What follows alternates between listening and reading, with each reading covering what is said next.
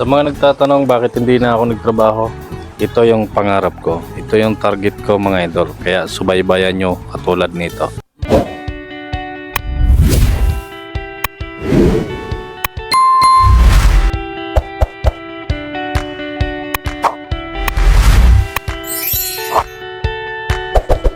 What's up mga minamahal kong subscribers dito sa YouTube channel natin. Maraming salamat at mahigit na po tayong 2,000 subscriber sa ating YouTube at kumikita na rin yung YouTube natin mga idol. No? Maraming salamat at mayroon na tayong 66,000 sa ating Facebook page. At sa nagtatanong pala, sa hindi nakakaalam dito sa ating Asola, ito yung Asola natin. So kagahapon ko lang to ulit itinanim dito sa trapal natin na bagong bili. So kasi yung asola natin last is na-harvest na rin natin at nilagay ko doon sa fish pan. Nandiyan na rin naka-upload yun sa ating YouTube channel. Nilagay natin doon sa mismong fish pan kaso namatay yung iba at yun, initlogan ng mga palaka. So patay siya. So dito nilagay natin. Ayan, sa mga nagtatanong kung paano itanim yung asola. Ayan, kinukuha ko yung lupa na mayroong halong manure o ipot ng kalabaw. Ayan, so yung tubig, sinusukat ko rin kung gaano kataas. So 1 week lang kasi yan, harvest na yan. So nilagyan ko rin ng screen para nang hindi malaglagan ng mga dahon galing dyan sa puno sa ibabaw. So ayan. So may ano rin yan, may puno, pero naiinitan din yan pag umaga. So okay lang kahit hapon hindi na mainitan. Importante nakakatikim. At saka nilagyan ko yan mga idol ng drainage, overflow, para in case man umulan ng umulan, hindi aapaw at hindi ma-wash out yung asola natin.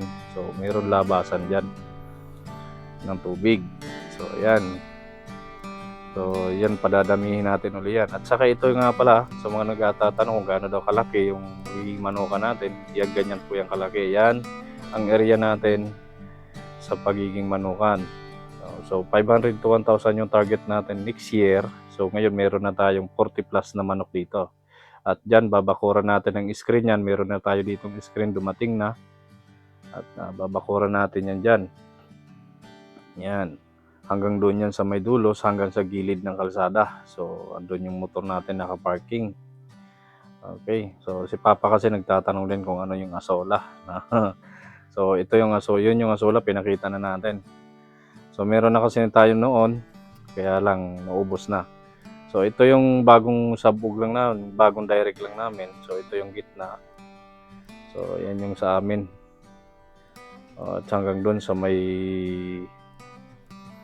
saging na yun. At yung nasa dulo, sa pinakadulo na yan, isa hindi na sa amin yan, sa kapatid na ni Papa yan. At sa dito, kay Choy Oka naman. So bali 3 kahon lang itong sa amin. So ako muna nag-attender dito at si Papa ay busy doon sa Iloilo. So ayan guys. So ito naman lalagyan ko dito ng ano yan, kamalig o bahay kubo ng mga manok natin. So mga lalagyan din natin ng mga pugadan. So ito kasi yan area ng ano yan, tangkal or ng baboy. So alisin ko din yan kapag naisipan ko magbaboy. So ayan. So tuloy tayo mga idol. At sa nagtatanong kung ano yung Madre de Agua, ito ipapakita natin yung Madre de Agua. Kung ano yung Madre de Agua. So ito tinanim natin to, nabili natin sa Shopee, ngayon ay malalaki na. So napapakinabangan ko na rin kahit papaano. Yan yung Madre de Agua mga idol. At malutong yung dahon niyan, kaya gustong-gusto ng manok. Ayan. So madami-dami yan, madami-dami yan.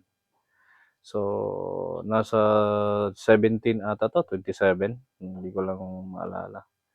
Ayan sila. Ayan mga tinanim ko. So, malalaki na. So kahit pa paano, nababawasan ko na rin kang padalawa-dalawang dahon bawat puno para kahit pa paano makadagdag tayo sa feeds natin. Sa mga nagtatanong kung ano tong Madre de Agua, anong purpose niyan at saka ng asola, yan ay alternative feeds o kaya para mas makatipid ka sa feeds. Kumbaga kalahati yung feeds, kalahati yung mais, kalahati yung ipa, ay hahaluan natin yan para kahit pa paano. Gamot din kasi yan ang Madre de Agua.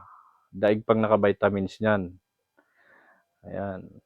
Tsaka gamot sa mga manok yan. Matibay sa sakit. So ito. Yan, hindi ko pa dadamuhan yan kasi kapag marami kang manok dyan, kulang pa yan sa mga manok. So yung tinuturo ko dito, ito ay puno ng plakata o yung puno na ginagawang papel o lapis. At ito naman, ang tinuro ko naman dito ay ito yung star apple o kaimito na gagawin kong haligi para sa gagawing bahay dyan sa ibabaw. So yan, kalsada kasi yan dyan. Kaya na magandang pwesto, malayo sa kabahayan. So yan ay marang, yung nasa ibabaw na yan. So pasensya na guys, medyo magalaw at madulas kasi yung lupa. Medyo masama yung panahon dito. Medyo may low pressure. Yan, nagtanim na ako ng Madrid ano pala diyan? Ano yan, Bermuda. So ito yung langka, namunga na din. Sa wakas. Kailan ko lang pinagtataga ng itak yan para mamunga. So ayan, namunga na din. Madami ang bunga hanggang ibabaw. So ito yung bahay, tatanggalin kaya yan. Gigibayin kasi yung bahay na yan. Para mapalitan ng bago kasi inanay na yung loob niyan eh. So yun, rambutan yung nasa likod na yon. Yan, para kahit pa paano meron tayong matulugan sa gabi kapag magbabantay tayo ng manok sa gabi. So meron naman kasi tayo nauwian dito sa ibabaw, sa kabilang bahay.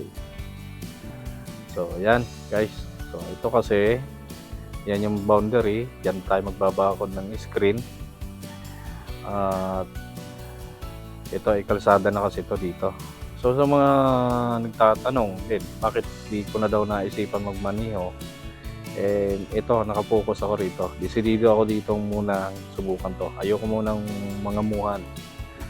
So magtitiis muna ako. So dati kasi nagsimula ako sa manok last month, October ata, September, October. Simula ako sa manok na 2. So ngayon, meron na ako ngayon, nakapagpasisiw na kasi ako ngayon. Meron akong sisiw ngayon na 36 at meron bali 41, 40 plus na sila lahat. So ito yung ating pantra, bagong kuha natin to si Yamaha YTX. Alright. So tuloy na tayo mga idol at uwi na rin tayo. At ito, doon na tinuturo ko na yan yung kabuuan ng area nila. So ito kasing pinagtatayuan natin is kay Tito yan, sa kapatid ni Papa.